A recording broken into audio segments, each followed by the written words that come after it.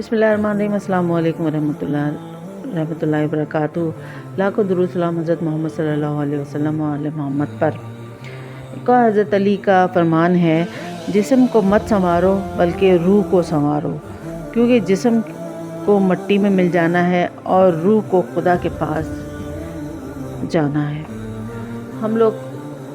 ہم لوگ جو ہے اوپری ظاہری اپنی جسم کی ظاہری کو سنوارتے رہتے ہیں، جسم کو سنوار دیتے ہیں، چہروں کو سنوارتے رہتے ہیں، اس چیز میں لگے رہتے ہیں۔ اس جسم کا کوئی فائدہ نہیں ہے۔ جسم یہاں پر مٹی ہو جانا ہے۔ جب اس دنیا سے جائیں گے تو جسم مٹی ہو جائے، جاتی ہماری روح ہے خدا کے پاس۔ ہمیں اپنی روح کو سنوارنا چاہیے، اپنی روح کو بہتر بنانا چاہیے، اپنی روح کو تقوی پہ رکھنا چاہیے، اور اپنے آپ کو جو ہے اس طرح اپنے ایمان کو تازہ رکھنا چاہیے، ایمان کی حفاظت کرنی چاہیے۔ روح میں ہمارا ایمان ہونا چاہیے، روح میں ہمارے پیارے رسول صلی اللہ علیہ وسلم کی محبت ہونی چاہیے، آل محمد کی محبت ہونی چاہیے، اور ہمیں اسلام کی محبت ہونی چاہیے۔ ہمیں ہر چیز جو ہے اپنی روح کو سنواریں، اپنی روح کو جو ہے جتنا پاکیزہ رکھیں گے، جتنا اپنی روح کو اچھا رکھیں گے، کیونکہ روح نے جا کے اللہ سے ملنا ہے، روح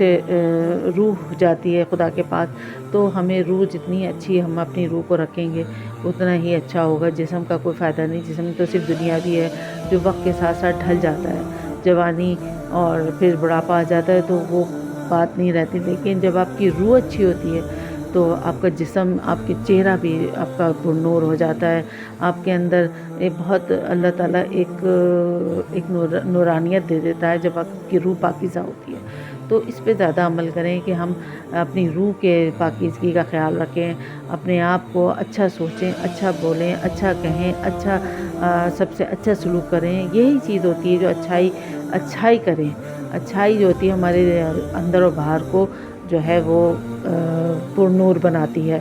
اچھائی ہی انسان کو جو ہے بہتر بناتی ہے، اور اچھائی سے مراد لوگوں سے اچھائی کریں، لوگوں سے اچھا سلوک کریں، حسن اخلاق کریں، جھوٹ نہ بولیں، ہر چیز سچ ہونا چاہیے، ہر بات میں سچائی ہونی چاہیے، ہر چیز، اور بیکار کی سوچیں، دوسروں کے لیے غلط نہ سوچیں، ہر چیز اچھا سوچیں۔